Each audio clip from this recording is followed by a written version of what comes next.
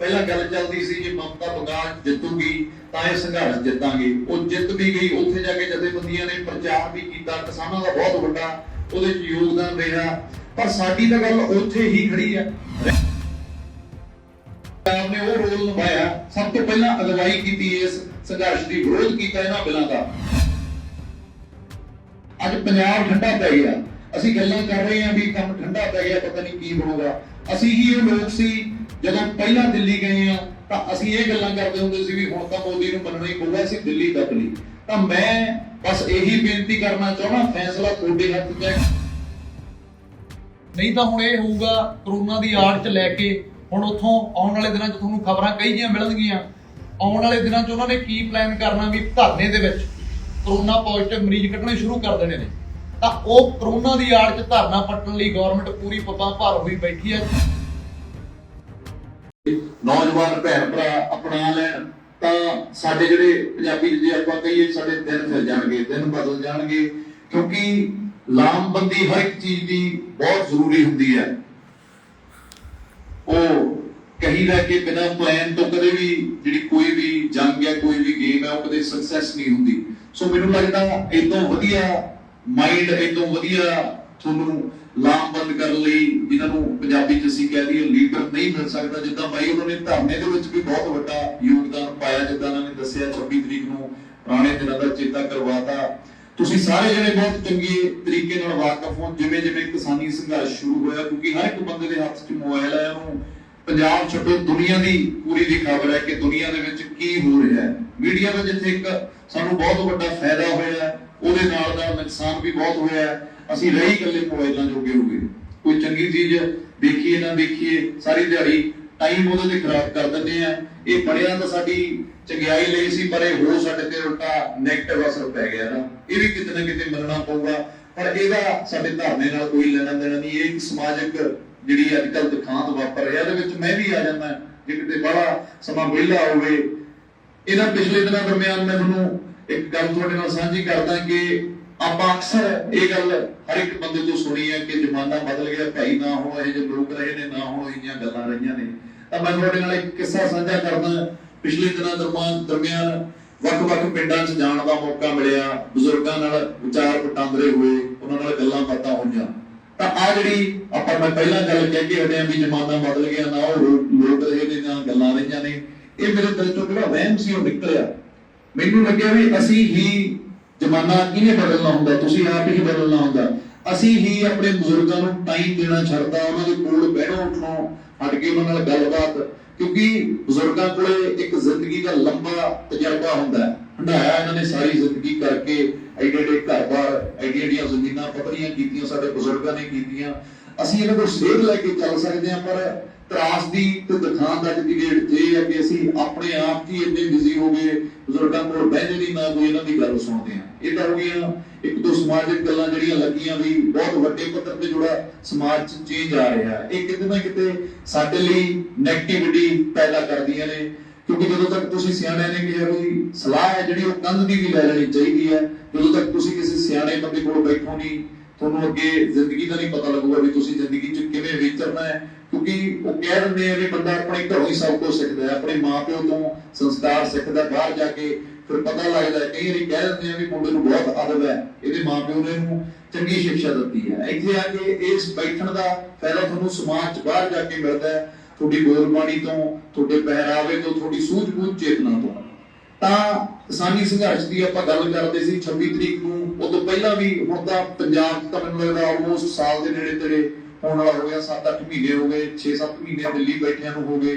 ਜਦੋਂ ਟੋਲ ਪਲਾਜ਼ੇ ਰੋਕੇ ਹੈ, ਰੇਲਵੇ ਲਾਈਨਾਂ ਰੋਕੀਆਂ ਨੇ, ਪੰਜਾਬ ਦੇ ਲੋਕਾਂ ਨੇ ਐਡਾ ਭਰਵਾਂ ਹੰਗਾਰਾ ਦਿੱਤਾ ਹੈ, ਤੁਸੀਂ ਸੋਚ ਨਹੀਂ ਸਕਦੇ। ਕਿਤੇ ਨਾ ਕਿਤੇ ਜਿਹੜੇ ਸਮਾਜ 'ਚ ਆਪਾਂ ਰਹਿੰਦੇ ਆ, ਕਿਤੇ ਨਾ ਕਿਤੇ ਮੈਨੂੰ ਵੀ ਲੱਗਣ ਲੱਗ ਗਿਆ ਸੀ, ਕਿਉਂਕਿ ਨੈਗੇਟਿਵਿਟੀ ਨੂੰ ਇੰਨਾ ਜ਼ਿਆਦਾ ਵੱਡੇ ਪੱਧਰ ਤੇ ਪ੍ਰਮੋਟ ਕੀਤਾ ਗਿਆ ਕਿ ਕੋਈ ਖਬਰ ਆ ਗਈ ਵੀ ਉੱਥੇ ਚਿੱਟੇ ਦੀ ਸੂਈ ਹੈ ਜਿਹੜੀ ਉਹ ਨੌਜਵਾਨਾਂ ਦੀਆਂ ਬਾਹਾਂ 'ਚ ਹੀ ਰਹਿ ਗਈ, ਕੋਈ ਗੋਲੀਆਂ ਖਾ ਕੇ ਮਰ ਗਿਆ, ਕੋਈ ਕਿਵੇਂ ਮਰ ਗਿਆ। ਲੱਗਣ ਲੱਗ ਗਿਆ ਸੀ ਵੀ ਪੰਜਾਬ ਦੇ ਜਿਹੜੇ ਸੂਝਵਾਨ ਨੌਜਵਾਨ ਨੇ, ਜਿਹੜੇ ਆਪਣੇ ਭਵਿੱਖ ਬਾਰੇ ਸੋਚਦੇ ਆ, ਜਾਂ ਤਾਂ ਉਹ ਬਾਹਰਲੇ ਮੁਲਕਾਂ 'ਚ ਚਲੇ ਗਏ, ਜਿਹੜੇ ਇੱਥੇ ਰਹਿ ਗਏ ਉਹ ਜਾਂ ਤਾਂ ਨਸ਼ਾ ਕਰਨ ਲੱਗੇ, ਜਾਂ ਫਿਰ ਜਿਹੜੀ ਗੌੜੇ ਵਾਲੀ ਜਮਾਤ ਹੈ ਉਹਨੇ ਪੱਟਦੇ। ਤਾਂ ਜਦੋਂ ਇਹ ਕਿਸਾਨੀ ਸੰਘਰਸ਼ ਆਇਆ, ਇਹਨੇ ਇੱਕ ਐਸੀ ਤਸਵੀਰ ਸਾਫ਼ ਕਰਤੀ ਕਿ ਪੰਜਾਬ ਗੁਰੂਆਂ ਦੇ ਨਾਮ ਤੇ ਵਸਦਾ ਹੈ, ਗੁਰੂਆਂ ਪੀਰਾਂ ਦੀ ਪੈਗੰਬਰਾਂ ਦੀ ਧਰਤੀ ਹੈ। ਇਹ ਇੱਥੇ ਦੇ ਨੌਜਵਾਨਾਂ ਨੇ ਇੱਕ ਐਡਾ ਵੱਡਾ ਰੋਲ ਅਦਾ ਕੀਤਾ। ਉਹ ਮੈਂ 26 ਤਰੀਕ ਨੂੰ ਦੇਖਿਆ, ਜਿੱਥੋਂ ਬਾਈ ਜੀ ਉਹਨੇ ਲੰਘ ਕੇ ਗਏ। ਅਸੀਂ ਉੱਥੇ 26 ਤਰੀਕ ਨੂੰ ਜਦੋਂ ਦਿੱਲੀ ਵੱਲ ਕੂਚ ਕਰਨਾ ਸੀ ਤਾਂ ਅਸੀਂ ਉਹਨਾਂ ਜਿਹੜਾ ਸ਼ੰਭੂ ਮੋੜ ਆਪਣਾ ਬੈਰੀਅਰ ਸੀਗਾ ਉੱਥੇ ਪਹੁੰਚ ਗਏ। ਮੈਂ ਤੇ ਮੇਰੇ ਸੱਜਣ, ਉੱਥੇ ਆਰਮੀ ਖੜੀ ਸੀਗੀ ਤੇ ਬਹੁਤ ਵੱਡਾ ਇਕੱਠ ਸੀਗਾ। ਆਰਮੀ ਦੇ ਕੋਈ 35-40 ਜਵਾਨ ਸੀਗੇ, ਜਿਹੜੇ ਮੈਂ ਸ਼ੰਭੂ ਬੈਰੀਅਰ ਦੀ ਗੱਲ ਕਰਦਾ। ਤੇ ਕਿਸਾਨੀ ਸੰਘਰਸ਼ ਦਾ ਇੱਕ ਬਹੁਤ ਵੱਡਾ ਲੀਡਰ ਉੱਥੇ ਬੈਠਾ ਸੀ, ਜਿਹੜਾ ਕਿਸਾਨੀ ਸੰਘਰਸ਼ ਦਾ ਮੇਨ ਜਿਹੜਾ, ਮੈਂ ਕਿਸੇ ਦਾ ਨਾਮ ਨਹੀਂ ਲਊਂਗਾ, ਉਹਦੀ ਜਥੇਬੰਦੀ ਉੱਥੇ ਬੈਠੀ ਸੀ। ਕਿਉਂਕਿ ਜਥੇਬੰਦੀਆਂ ਵੱਲੋਂ ਇਹ ਫੈਸਲਾ ਕਰ ਦਿੱਤਾ ਗਿਆ ਸੀ ਵੀ ਜੇ ਸਾਨੂੰ ਜਿੱਥੇ ਪੁਲਿਸ ਨੇ ਰੋਕ ਲਿਆ ਸੀ ਇੱਕ ਹਫ਼ਤੇ ਲਈ ਉੱਥੇ ਹੀ ਬੈਠਾਂਗੇ, ਅਸੀਂ ਨਹੀਂ ਅੱਗੇ ਜਾਂਦੇ। ਤਾਂ ਮੈਂ ਅੱਜ ਪੁੱਛਣਾ ਚਾਹੁੰਦਾ, ਉਦੋਂ ਆਪਾਂ ਨੂੰ ਕਿਸੇ ਜਥੇਬੰਦੀ ਨੇ ਕੁਝ ਨਹੀਂ ਕਿਹਾ ਸੀ।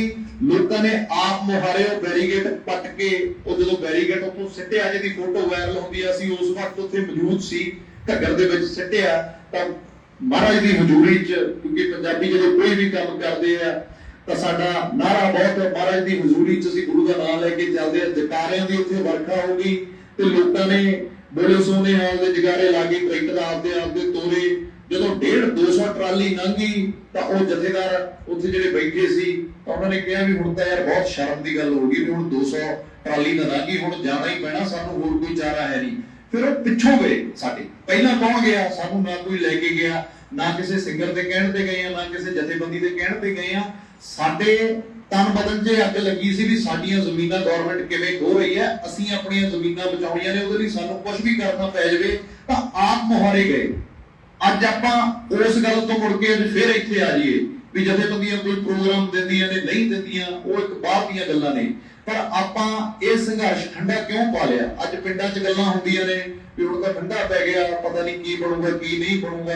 ਪਹਿਲਾਂ ਗੱਲ ਚੱਲਦੀ ਸੀ ਜੇ ਮਮਤਾ ਬੰਗਾਲ ਜਿੱਤੂਗੀ ਤਾਂ ਇਹ ਸੰਘਰਸ਼ ਜਿੱਤਾਂਗੇ। ਉਹ ਜਿੱਤ ਵੀ ਗਈ। ਉੱਥੇ ਜਾ ਕੇ ਜਥੇਬੰਦੀਆਂ ਨੇ ਪ੍ਰਚਾਰ ਵੀ ਕੀਤਾ, ਕਿਸਾਨਾਂ ਦਾ ਬਹੁਤ ਵੱਡਾ ਉਹਦੇ 'ਚ ਯੋਗਦਾਨ ਰਿਹਾ।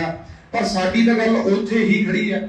ਰਹਿੰਦਾ ਖੁਦਾ ਇਹ ਕੋਵਿਡ ਦੀ ਆੜ 'ਚ ਗਵਰਨਮੈਂਟਾਂ ਜੋ ਸਾਡੇ ਨਾਲ ਕਰ ਰਹੀਆਂ ਨੇ, ਇਹ ਬਾਈ ਜੀ ਉਹਨਾਂ ਨੇ ਸਾਰਾ ਕੁਝ ਦੱਸਿਆ ਤੁਹਾਨੂੰ। ਇੰਟਰਨੈਸ਼ਨਲ ਮੀਡੀਆ ਦੇ ਮੂਹਰੇ ਇੱਕ ਹਾਈਪ ਕ੍ਰੀਏਟ ਕਰਨ ਦੇ ਲਈ ਬਾਹਰਲੇ ਮੁਲਕਾਂ ਨੂੰ ਤੁਸੀਂ ਇੱਥੋਂ ਵੈਕਸੀਨ ਭੇਜ ਰਹੇ ਹੋ ਤੇ ਅੱਜ ਦੀ ਡੇਟ 'ਚ ਆਪਣਾ ਮੁਲਕ ਇੱਥੇ ਟੀਕਾ ਨਹੀਂ ਮਿਲ ਰਿਹਾ। ਡਾਕਟਰ ਕੀ ਚਿੱਤ ਕਰਦਾ, ਡਾਕਟਰ ਦਾ ਵੀ ਇੱਕ ਟੀਕਾ ਲਾਤਾ, ਦਵਾਈ ਹੈ ਨੀਗਾ, ਮਰੀਜ਼ ਨੂੰ ਕਹਿ ਦਿੰਦਾ ਵੀ 3 ਮਹੀਨੇ ਬਾਅਦ ਆਈ। ਕਈ ਥਾਵੇਂ ਕਹਿ 5-5 ਮਹੀਨੇ ਦਾ ਟਾਈਮ ਵੀ ਦੇ ਦਿੰਦੇ ਆ।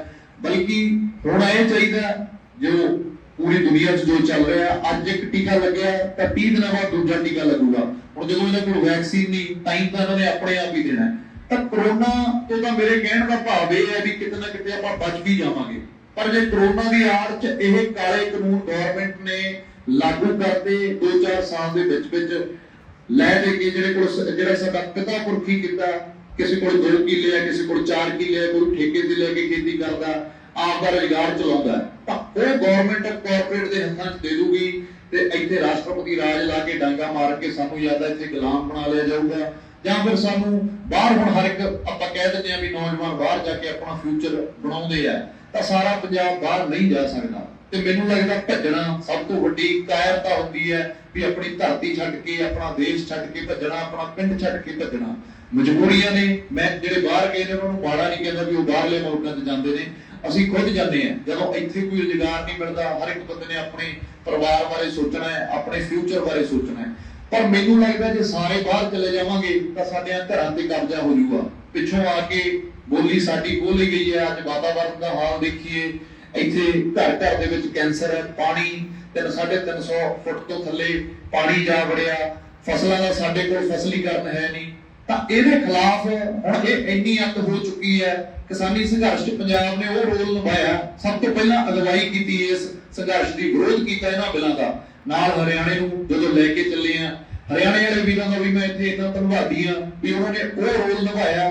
ਉਹਨਾਂ ਨੇ ਮੂਹਰੇ ਹੋ ਕੇ ਸਾਡੇ ਤੋਂ ਡਾਂਗਾਂ ਖਾਧੀਆਂ ਤੇ ਅੱਜ ਤੱਕ ਲਗਾਤਾਰ ਖਾ ਰਹੇ ਆ। ਅੱਜ ਉਹ ਸਾਡੇ ਨਾਲੋਂ ਵੱਧ ਸਰਗਰਮ ਹੈ। ਅੱਜ ਪੰਜਾਬ ਠੰਡਾ ਪੈ ਗਿਆ। ਅਸੀਂ ਗੱਲਾਂ ਕਰ ਰਹੇ ਹਾਂ ਵੀ ਕੰਮ ਠੰਡਾ ਪੈ ਗਿਆ, ਪਤਾ ਨਹੀਂ ਕੀ ਬਣੂਗਾ। ਅਸੀਂ ਹੀ ਉਹ ਲੋਕ ਸੀ ਜਦੋਂ ਪਹਿਲਾਂ ਦਿੱਲੀ ਗਏ ਆ ਤਾਂ ਅਸੀਂ ਇਹ ਗੱਲਾਂ ਕਰਦੇ ਹੁੰਦੇ ਸੀ ਵੀ ਹੁਣ ਤਾਂ ਮੋਦੀ ਨੂੰ ਮੰਨਣਾ ਹੀ ਪਊਗਾ, ਅਸੀਂ ਦਿੱਲੀ ਤੱਕ ਲਈ। ਤਾਂ ਮੈਂ ਬਸ ਇਹੀ ਬੇਨਤੀ ਕਰਨਾ ਚਾਹੁੰਦਾ, ਫੈਸਲਾ ਤੁਹਾਡੇ ਹੱਥ 'ਚ ਹੈ। ਕਿਸੇ ਜਥੇਬੰਦੀ ਨੇ ਜਾਂ ਇੱਥੇ ਕਿਸੇ ਜਸਬਾਜ਼ੀ ਨੇ ਤੁਹਾਡਾ ਆ ਕੇ ਕੋਈ ਕਿਸੇ ਨੂੰ ਕੁਝ ਨਹੀਂ ਕਹਿਣਾ ਵੀ ਆਪਾਂ ਅੱਗੇ ਆਉਣ ਵਾਲੇ ਦਿਨਾਂ 'ਚ ਆਹ ਰਣਨੀਤੀ ਬਣਾਈਏ ਜਾਂ ਆਉਣ ਵਾਲੇ ਦਿਨਾਂ 'ਚ ਕੁਝ ਹੋਰ ਕਰ ਲਈਏ, ਇਹ ਆਪਣੇ ਹੱਥ ਬਸ ਹੈ ਜੀ। ਤਾਂ ਮੈਂ ਇਹ ਬੇਨਤੀ ਕਰਨ ਆਇਆ ਸੀ ਵੀ ਦੁਬਾਰੇ ਨੌਜਵਾਨ ਵੀਰਾਂ ਨੂੰ, ਖਾਸ ਕਰਕੇ ਨੌਜਵਾਨ ਕਿਸਾਨ ਭਰਾਵਾਂ ਨੂੰ, ਦੁਬਾਰੇ ਆਪਾਂ ਧਰਨੇ 'ਚ ਸਰਗਰਮੀ ਕਰੀਏ, ਦੁਬਾਰੇ ਦਿੱਲੀ ਵੱਲ ਨੂੰ ਚਾਲੇ ਪਾਈਏ। ਉਹਦੇ ਨਾਲ ਇਹ ਹੋਊਗਾ ਵੀ ਆਪਣੀ ਕਨੈਕਟੀਵਿਟੀ ਜਿਹੜੀ ਬਿਲਕੁਲ ਪਿਛਲੇ 2 ਮਹੀਨਿਆਂ ਤੋਂ ਟੁੱਟ ਚੁੱਕੀ ਹੈ। ਨਾ ਤਾਂ ਪਹਿਲਾਂ ਤਾਂ ਟਾਣੀ ਟੱਲੀ ਟਰਾਲੀ ਸਾਨੂੰ ਦਿਖ ਜਾਂਦੀ ਸੀ ਵੀ ਹਾਂ ਧਰਨੇ ਵੱਲ ਨੂੰ ਜਾਂਦੇ ਆ, ਕੋਈ ਆ ਰਿਹਾ ਵੀਰ ਝੰਡਾ ਲੱਗਿਆ, ਹੁਣ ਉਹ ਚੀਜ਼ਾਂ ਬਿਲਕੁਲ ਖਤਮ ਹੀ ਹੋ ਗਈਆਂ। ਤਾਂ ਆਪਾਂ ਦੁਬਾਰੇ ਆਉਣਾ ਜਾਣਾ ਜਿਹੜਾ ਸ਼ੁਰੂ ਕਰੀਏ, ਉਹਦੇ ਨਾਲ ਗਤੀਵਿਧੀਆਂ ਸ਼ੁਰੂ ਹੋਣਗੀਆਂ, ਲਹਿਰ ਜਿਹੜੀ ਮੁੜ ਕੇ ਸਰਗਰਮ ਹੋਊਗੀ। ਆਉਣ ਵਾਲੇ 10-15 ਦਿਨਾਂ ਤੱਕ ਕੋਈ ਵੱਡਾ ਪ੍ਰੋਗਰਾਮ ਰੱਖਾਂਗੇ। ਅਸੀਂ ਇਹ ਉਪਰਾਲਾ ਸ਼ੁਰੂ ਕੀਤਾ ਹੋਕਾ ਨਾਂ ਦੇ ਥੱਲੇ, ਕਿਉਂਕਿ ਇਕੱਠ ਹੁਣ ਤੁਹਾਨੂੰ ਪਤਾ ਪਿੰਡਾਂ 'ਚ ਨਹੀਂ ਕਰ ਸਕਦੇ, ਗਵਰਨਮੈਂਟ ਦੀਆਂ ਗਾਈਡਲਾਈਨਾਂ ਨੇ। ਤਾਂ ਇਹ ਬੇਨਤੀ ਕਰਨ ਲਈ ਅਸੀਂ ਗੁਰੂ ਘਰ ਨਾਲੇ ਤਾਂ ਮਹਾਰਾਜ ਦੀ ਹਜ਼ੂਰੀ 'ਚ ਆ ਕੇ ਕਿਸਾਨ ਭਰਾਵਾਂ ਦੀ ਚੜ੍ਹਦੀ ਕਲਾ ਦੀ ਅਰਦਾਸ ਕਰਾਉਂਦੇ ਆ, ਤੇ ਨਾਲ ਦੀ ਨਾਲ ਨਗਰ ਨੂੰ ਬੇਨਤੀ ਕਰਦੇ ਆ ਵੀ ਜਿੰਨੇ ਵੀ ਦਿਨ ਜਿਹਦੇ ਤੋਂ ਜਾਇਆ ਜਾਂਦਾ ਹੈ, ਜਿੱਦਾਂ ਪ੍ਰਧਾਨ ਸਾਹਿਬ ਉਹਨਾਂ ਨੇ ਦੱਸਿਆ ਕਿ ਤੁਹਾਡੇ ਨਗਰ ਦੀ ਤਾਂ ਖਾਸ ਕਰਕੇ ਬਹੁਤ ਵੱਡੀ ਕੰਟਰੀਬਿਊਟ ਰਹੀ ਹੈ, ਤੁਸੀਂ ਜਾਂਦੇ ਵੀ ਰਹੇ ਹੋ, ਇੱਥੋਂ ਰਾਸ਼ਨ ਲੈ ਕੇ ਵੀ ਜਾਂਦੇ ਰਹੇ ਹੋ, ਸੇਵਾ ਵੀ ਉੱਥੇ ਕਰਦੇ ਰਹੇ ਹੋ ਜਾ ਕੇ। ਤਾਂ ਦੁਬਾਰੇ ਆਪਾਂ ਇੱਕ ਵਾਰੀ ਫਿਰ ਚਾਲੇ ਪਾਈਏ ਦਿੱਲੀ ਵੱਲ ਨੂੰ। ਉੱਥੇ ਜਾ ਕੇ ਸਾਡੇ ਜਿਹੜੇ ਪ੍ਰਧਾਨ ਅਸੀਂ ਬਣਾਏ ਹੋਏ ਨੇ, ਜਥੇਬੰਦੀਆਂ ਦੇ ਆਗੂ ਸਾਹਿਬਾਨ ਨੇ, ਉਹਨਾਂ ਨੂੰ ਲੱਗੂਗਾ ਵੀ ਹਲਚਲ ਪੰਜਾਬ ਤੋਂ ਦੁਬਾਰੇ ਬਣਨੀ ਸ਼ੁਰੂ ਹੋ ਗਈ, ਲੋਕ ਆਉਣ ਜਾਣ ਲੱਗੇ। ਤਾਂ ਉਹ ਅੱਗੇ ਗਵਰਨਮੈਂਟ ਨਾਲ ਗੱਲਬਾਤ ਦੇ ਰਾਹ ਖੋਲਣਗੇ, ਆਪਾਂ ਉਹਨਾਂ ਦੇ ਪ੍ਰੈਸ਼ਰ ਪਾਈਏ, ਉਹ ਅੱਗੇ ਗਵਰਨਮੈਂਟ ਤੇ ਪ੍ਰੈਸ਼ਰ ਪਾਉਣਗੇ ਤਾਂ ਜੋ ਗੱਲਬਾਤ ਦਾ ਰਾਹ ਖੁੱਲੇ। ਨਹੀਂ ਤਾਂ ਹੁਣ ਇਹ ਹੋਊਗਾ ਕਰੋਨਾ ਦੀ ਆੜ 'ਚ ਲੈ ਕੇ, ਹੁਣ ਉੱਥੋਂ ਆਉਣ ਵਾਲੇ ਦਿਨਾਂ 'ਚ ਤੁਹਾਨੂੰ ਖਬਰਾਂ ਕਈ ਜਿਹੀਆਂ ਮਿਲਣਗੀਆਂ। ਆਉਣ ਵਾਲੇ ਦਿਨਾਂ 'ਚ ਉਹਨਾਂ ਨੇ ਕੀ ਪਲਾਨ ਕਰਨਾ ਵੀ ਧਰਨੇ ਦੇ ਵਿੱਚ ਕਰੋਨਾ ਪੋਜ਼ਿਟਿਵ ਮਰੀਜ਼ ਕੱਢਣੇ ਸ਼ੁਰੂ ਕਰ ਦੇਣੇ ਨੇ। ਤਾਂ ਉਹ ਕਰੋਨਾ ਦੀ ਆੜ 'ਚ ਧਰਨਾ ਪੱਟਣ ਲਈ ਗਵਰਨਮੈਂਟ ਪੂਰੀ ਪੱਬਾਂ ਭਾਰ ਹੋਈ ਬੈਠੀ ਹੈ। ਜੇ ਮੈਂ ਬੜੇ ਦੁੱਖ ਦੇ ਨਾਲ ਇਹ ਬੇਨਤੀ ਤੁਹਾਡੇ ਚਰਨਾਂ 'ਚ ਕਰਦਾ ਵੀ ਜੇ ਇੱਕ ਵਾਰੀ ਉਹ ਧਰਨਾ ਪੱਟਿਆ ਗਿਆ, ਆਪਣੇ ਹੱਥ ਪਾਸ ਕੁਝ ਨਹੀਂ ਪੈਣਾ। ਹੁਣ ਆਪਣੇ ਉੱਥੇ ਪੱਕੇ ਪੈਰ ਜੰਮੇ ਹੋਏ ਨੇ, ਆਪਣੇ ਭਰਾ ਬੈਠੇ ਨੇ, ਲੰਗਰ ਦਾ ਕੋਈ ਉੱਥੇ ਘਾਟ ਨਹੀਂ ਗੁਰੂ ਮਹਾਰਾਜ ਦੀ ਕਿਰਪਾ ਨਾਲ। ਜਿੱਥੇ ਵੀ ਪੰਜਾਬੀ ਜਾਂਦੇ ਨੇ ਕਿਸੇ ਚੀਜ਼ ਦੀ ਕੋਈ ਕਮੀ ਨਹੀਂ ਰਹਿ ਜਾਂਦੀ। ਤਾਂ ਆਪਾਂ ਦੁਬਾਰੇ ਦਿੱਲੀ ਵੱਲ ਨੂੰ ਚਾਲੇ ਪਾਈਏ, ਕਿਸ ਤੋਂ 2 ਦਿਨ, ਕਿਸ ਕੋਲ 3 ਦਿਨ, ਕਿਸੇ ਕੋਲ 1 ਦਿਨ, ਚਾਹੇ ਦਿਨ ਦੀ ਦਿਨ ਜਾ ਕੇ ਮੁੜਿਆ ਉੱਥੇ ਇਕੱਠ ਵਧਾਈਏ। ਜਦੋਂ ਆਉਣਾ ਜਾਣਾ ਖੁੱਲ ਜੂਗਾ ਉਹ ਤੋਂ ਬਾਅਦ 15-20 ਦਿਨ ਬਾਅਦ, ਮਹੀਨੇ ਬਾਅਦ ਕੋਈ ਐਸਾ ਦਿਨ ਰੱਖਾਂਗੇ ਜਦੋਂ ਅਸੀਂ ਪੂਰਾ ਪੰਜਾਬ ਕਵਰ ਕਰ ਲਿਆ। ਇਹ ਹੋਕਾ ਮਹੀਨਾ ਪੰਜਾਬ 12,500 ਤੋਂ ਉੱਤੇ ਪਿੰਡ ਹੈ, ਇਕੱਲੇ ਅਸੀਂ ਨਹੀਂ ਕਰ ਸਕਦੇ। ਤੁਹਾਡੇ ਚਰਨਾਂ 'ਚ ਬੇਨਤੀ ਕਰਨ ਆਏ ਆ ਕਿ ਆਪਣੇ ਨੇੜੇ ਤੇੜੇ ਦੇ ਪਿੰਡਾਂ 'ਚ ਜਾ ਕੇ ਕੋਈ ਐਸੇ ਸੰਗਠਨ, ਕੋਈ ਐਸੀ ਕਮੇਟੀ 5-5 ਪਿੰਡਾਂ ਦੀ ਬਣਾਈਏ ਕਿ ਆਪਾਂ ਡਿਊਟੀਆਂ ਵੰਡ ਲਈਏ ਵੀ ਭਾਈ ਅਸੀਂ ਇੰਨੇ ਦਿਨਾਂ ਲਈ ਅਸੀਂ ਜਾਵਾਂਗੇ ਤੇ ਇੰਨੇ ਦਿਨਾਂ ਲਈ ਤੁਸੀਂ ਜਾਓ। ਉਹ ਤੋਂ ਬਾਅਦ ਜਿਹੜਾ ਸਾਂਝਾ ਪ੍ਰੋਗਰਾਮ ਅਸੀਂ ਦੇਣਾ ਹੈ, ਉੱਥੇ ਆਪਾਂ ਜਿਵੇਂ 26 ਤਰੀਕ ਨੂੰ ਦਿੱਲੀ ਨੂੰ ਚਾਲੇ ਪਾਏ ਸੀ, ਇਕੱਠੇ ਹੋ ਕੇ ਜਾ ਸਕੀਏ ਤਾਂ ਜੋ ਗਵਰਨਮੈਂਟ ਦੇ ਉੱਤੇ ਪ੍ਰੈਸ਼ਰ ਪਵੇ ਤੇ ਸਾਡਾ ਜਿਹੜਾ ਮਸਲਾ ਜਿਹੜਾ ਉਹਨਾਂ ਨੇ ਠੰਡੇ ਬਸਤੇ ਦੇ ਵਿੱਚ ਪਾਤਾ, ਉਹ ਦੁਬਾਰੇ ਉਹਨੂੰ ਸਰਗਰਮੀ ਵੱਲ ਲੈ ਕੇ ਆਈਏ। ਕਿਉਂਕਿ ਸਾਡੇ ਤੋਂ ਇਹ ਕਾਨੂੰਨ ਜੇ ਲਾਗੂ ਕਰਕੇ ਜ਼ਮੀਨਾਂ ਖੋਹ ਕੇ ਲੈ ਗਏ ਤਾਂ ਸਾਡੇ ਪੱਲੇ ਫਿਰ ਕੁਝ ਵੀ ਨਹੀਂ ਬਚਣਾ। ਤਾਂ ਹੁਣ ਜ਼ਿੰਮੇਵਾਰੀ ਆਪਣੀ ਬਣਦੀ ਹੈ, ਕਹਿਣ ਸਾਨੂੰ ਕਿਸੇ ਨੇ ਨਹੀਂ ਆਉਣਾ। ਠੀਕ ਹੈ ਬਾਈ ਜੀ, ਉਹਨਾਂ ਨੇ ਬਹੁਤ ਇੱਕ ਰਿਸਪੈਕਟ ਦੇ ਤੌਰ ਤੇ ਸੰਬੋਧਨ ਕੀਤਾ ਕਿ ਕਲਾਕਾਰ ਭਾਈਚਾਰਾ, ਜਦੋਂ ਮੈਂ ਪਹਿਲਾਂ ਕਹਿ ਕੇ ਹਟਿਆ ਸੀ ਵੀ ਪੰਜਾਬ ਨੂੰ ਭੰਡਿਆ ਗਿਆ, ਵੀ ਇੱਥੇ ਦੇ ਨੌਜਵਾਨਾਂ ਦੀਆਂ ਬਾਹਾਂ ਵਿੱਚ ਚੱਟੇ ਦੀਆਂ ਸੂਈਆਂ ਰਹਿ ਗਈਆਂ। ਇਸ ਕਿਸਾਨੀ ਸੰਘਰਸ਼ ਦੇ ਵਿੱਚ ਉਹਨਾਂ ਨੌਜਵਾਨਾਂ ਨੇ ਵੀ ਵੱਡਾ ਰੋਲ ਅਦਾ ਕੀਤਾ ਤੇ ਸਾਡੇ ਕਲਾਕਾਰ ਭਾਈਚਾਰੇ ਨੇ ਵੀ ਜਿਹਦੇ ਤੋਂ ਹੋ ਸਕਦਾ ਸੀ ਉਹ ਰੋਲ ਅਦਾ ਕੀਤਾ। ਤੇ ਮੈਂ ਹੁਣ ਵੀ ਮੀਡੀਆ ਜਿਹੜਾ ਸਾਡੇ ਅੱਜ ਕੱਲ ਹਰੇਕ ਬੰਦਾ ਸੋਸ਼ਲ ਸਾਈਟਾਂ ਦੇ ਉੱਤੇ ਮੀਡੀਆ ਦੇ ਨਾਲ ਜੁੜਿਆ ਹੋਇਆ ਹੈ, ਤਾਂ ਮੈਂ ਜਿਹੜਾ ਇੰਸਟਾਗ੍ਰਾਮ ਤੇ ਇਹ ਸਾਡਾ ਲਾਈਵ ਚੱਲ ਰਿਹਾ ਉਹਦੇ ਥਰੂ ਬਾਕੀ ਵੀ ਕਲਾਕਾਰ ਭਰਾਵਾਂ ਨੂੰ ਮੈਂ ਬੇਨਤੀ ਕਰਦਾ ਵੀ ਤੁਸੀਂ ਵੀ ਆਪਣਾ ਫਰਜ਼ ਸਮਝਦੇ ਹੋਏ, ਕਿਉਂਕਿ ਹੁਣ ਤਾਂ ਆਪਾਂ ਉਵੇਂ ਬਸ ਇੱਕ ਘੌੜ ਜੀ ਚ ਜਿਵੇਂ ਪਿੱਛੇ ਹੋ ਕੇ ਬਹਿ ਗਏ, ਜਿਹਨੂੰ ਸੁਸਤੀ ਕਹਿ ਦਈਏ ਵੀ ਪਿੱਛੇ ਹੋ ਕੇ ਬਹਿ ਗਏ। ਹੁਣ ਆਪਣਾ ਜਿਹੜਾ ਕੰਮ ਹੈ ਉਹ ਬਿਲਕੁਲ ਕੰਢਿਆਂ ਤੇ ਹੀ ਹੈ। ਗਵਰਨਮੈਂਟ ਤੇ ਜੇ ਅੱਜ ਦੀ ਡੇਟ 'ਚ ਪ੍ਰੈਸ਼ਰ ਪਾਈਏ, ਮੈਨੂੰ ਲੱਗਦਾ ਹੈ ਵੀ ਆਉਣ ਵਾਲੇ ਦਿਨਾਂ 'ਚ ਚੰਗੇ ਨਤੀਜੇ ਇਹਦੇ ਨਿਕਲ ਕੇ ਸਾਹਮਣੇ ਆਉਣਗੇ, ਆਪਾਂ ਜਿੱਤ ਸਕਦੇ ਹਾਂ। ਇੱਕ ਵਾਰੀ ਦੁਬਾਰੇ ਸਰਗਰਮੀ ਕਰੀਏ। ਕਲਾਕਾਰ ਭਾਈਚਾਰੇ ਨੂੰ ਵੀ ਮੈਂ ਦੁਬਾਰੇ ਬੇਨਤੀ ਕਰਨਾ ਚਾਹੂੰਗਾ ਵੀ ਤੁਸੀਂ ਵੀ ਆਪਦੀ ਜ਼ਿੰਮੇਵਾਰੀ ਸਮਝਦੇ ਹੋਏ ਪਿੰਡਾਂ 'ਚ ਨਿਕਲੋ। ਤੇ ਤੁਹਾਨੂੰ ਵੀ ਨੌਜਵਾਨ ਵੀਰਾਂ ਨੂੰ ਬੇਨਤੀ ਕਰਨਾ ਚਾਹੂੰਗਾ ਵੀ ਆਪਣੇ ਨੇੜੇ ਤੇੜੇ ਦੇ ਪਿੰਡਾਂ 'ਚ ਜ਼ਰੂਰ ਗੁਰੂ ਘਰ ਜਾ ਕੇ ਕਿਸਾਨਾਂ ਦੀ ਚੜ੍ਹਦੀ ਕਲਾ ਲਈ ਨਾਲੇ ਤਾਂ ਅਰਦਾਸ ਜ਼ਰੂਰ ਕਰਕੇ ਆਇਆ ਕਰੋ, ਤੇ ਨਾਲੇ ਉੱਥੇ ਨਗਰ ਦੇ ਕਿਸਾਨ ਭੈਣ ਭਰਾਵਾਂ ਨੂੰ ਬੇਨਤੀ ਕਰੋ ਕਿ ਦਿੱਲੀ ਨੂੰ ਦੁਬਾਰੇ ਚਾਲੇ ਪਾਈਏ ਤਾਂ ਜੋ ਕਿ ਇਹ ਜਿਹੜਾ ਕਿਸਾਨੀ ਸੰਘਰਸ਼ ਪੰਜਾਬ ਨੇ ਜਿਹਦੀ ਅਗਵਾਈ ਕੀਤੀ, ਪੂਰੀ ਦੁਨੀਆ ਦੇ ਵਿੱਚ ਆਪਣਾ ਨਾਂ ਰੌਸ਼ਨ ਕੀਤਾ ਅਗਵਾਈ ਕਰਕੇ। ਪੂਰੇ ਦੁਨੀਆ ਦਾ ਮੀਡੀਆ ਸਾਡੇ ਪੰਜਾਬੀ ਨੌਜਵਾਨ ਭੈਣ ਭਰਾਵਾਂ ਦੀ, ਕਿਸਾਨ ਭੈਣ ਭਰਾਵਾਂ ਦੀ ਸ਼ਲਾਘਾ ਕਰਦਾ ਸੀ। ਦੁਬਾਰੇ ਇੱਕ ਵਾਰੀ ਫਿਰ ਉਹ ਜੀ ਸਰਗਰਮੀ ਪੈਦਾ ਕਰੀਏ। ਤੁਹਾਡੀ ਸ਼ਾਨ ਦੇ ਖਿਲਾਫ ਬੋਲਦੇ ਹੋਏ ਕੁਝ ਵੀ ਵੱਧ ਘੱਟ ਜੇ ਕਿਹਾ ਗਿਆ ਹੋਵੇ ਤਾਂ ਖਿਮਾ ਤੇ ਜਾਚਕ। ਸ਼੍ਰੀ ਵਾਹਿਗੁਰੂ ਜੀ ਕਾ ਖਾਲਸਾ, ਸ਼੍ਰੀ ਵਾਹਿਗੁਰੂ ਜੀ ਕੀ ਫਤਿਹ। ਧੰਨਵਾਦ।